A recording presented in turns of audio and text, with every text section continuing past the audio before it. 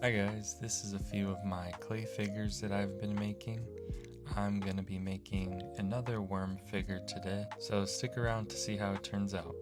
I want to take a moment to talk about why it's important to create art. Whether it's making music, painting, making drawings, all sorts of different things, maybe even cooking, we all have the urge to create, but we don't always know where to start.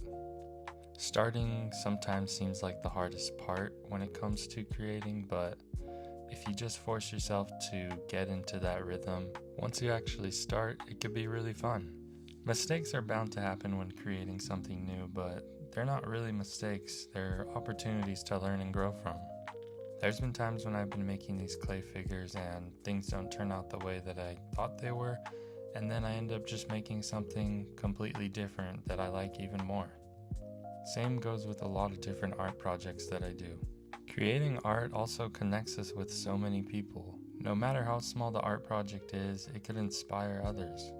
Someone might see your art and think, I can make that too. That's something I really like about art, is it could build a community and you can inspire a lot of people to make their own art. So as you can see right now, I mixed these clays together to get this cool little effect. I could mix it some more, but I also like those little streams of different colors inside of it. It makes it look a little bit more natural in my opinion. So I'm smoothing it out here. First I start with kind of a ball and then I make it more cylinder shaped to get that worm shape. Another thing is creating stuff gets your brain thinking. Like it's a way to get away from like a normal routine that you might have. So even just exploring a new hobby is such a great way to make your brain work on something new. As you can see on this clay figure that I made, I like that it has a crease on the neck, kind of like it's turning and looking a different direction. So that's what I'm going to go ahead and do with this other clay. So I push it and then I kind of like fold it like that. Things like this in clay seem a little bit hard, but they're actually really easy to do. So I kind of just crease it like that, and then I just shape it in the direction that I kind of envision this little worm guy to be. I think I got these tools on Amazon. I can't remember if they're like dental tools or if they're actually tools for clay, but they come in handy. If you don't have something like this, it's okay. You could just use what you have, like toothpicks or a spoon. You don't have to have anything fancy. And something I like to do is I'll open the mouth up like this. That way I can push it down and have like a little crease like that. And I feel like it looks really cool. Now I'm gonna add some tiny little teeth to the mouth. Let's not forget that creating art is just fun. I'm the type of person that likes to try out so many different art forms. Like if you go on my page, I have rug making, I have drawing, I have making products. I do so many different things because if I stay in one spot for too long, I tend to get bored for some reason. But you might be the same way. Or you might just find something you really like after trying a few hobbies and obsess over it for a really long time and then get really good at it. Like I've been kind of obsessing over making these little clay guys. I learn something new almost all the time when I'm making them, and I feel like I just keep getting better and better.